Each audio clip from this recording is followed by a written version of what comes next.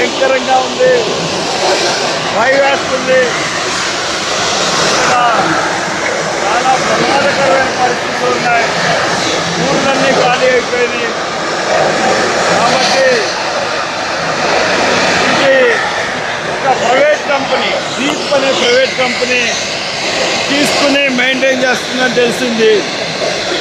డైరెక్ట్గా ఓఎన్జీసీ కాదు, ఒక డీప్ అనే కంపెనీ రన్ చేసి వాళ్ళ నిర్లక్ష్యం వల్ల ఇటువంటి బ్లోఅవుట్ ఏర్పడింది.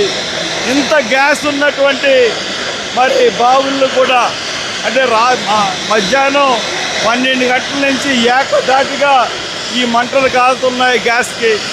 అటువంటి మంటలు కాలుతున్న గ్యాస్ బావులను కూడా ప్రైవేట్ వాళ్ళకి అక్రమంగా అన్యాయంగా ప్రభుత్వంలోని పెద్దలు కట్టబెట్టేస్తున్నారు. ఇది జాతీయ నష్టం కాదు, జాతీయ నష్టం జాతీయ విపత్తు. కాబట్టి ఈ రెండింటి దృష్ట్యా దీని మీద గట్టి ఎంక్వైరీ చేయాల్సిందిగా కోరుతున్నాను.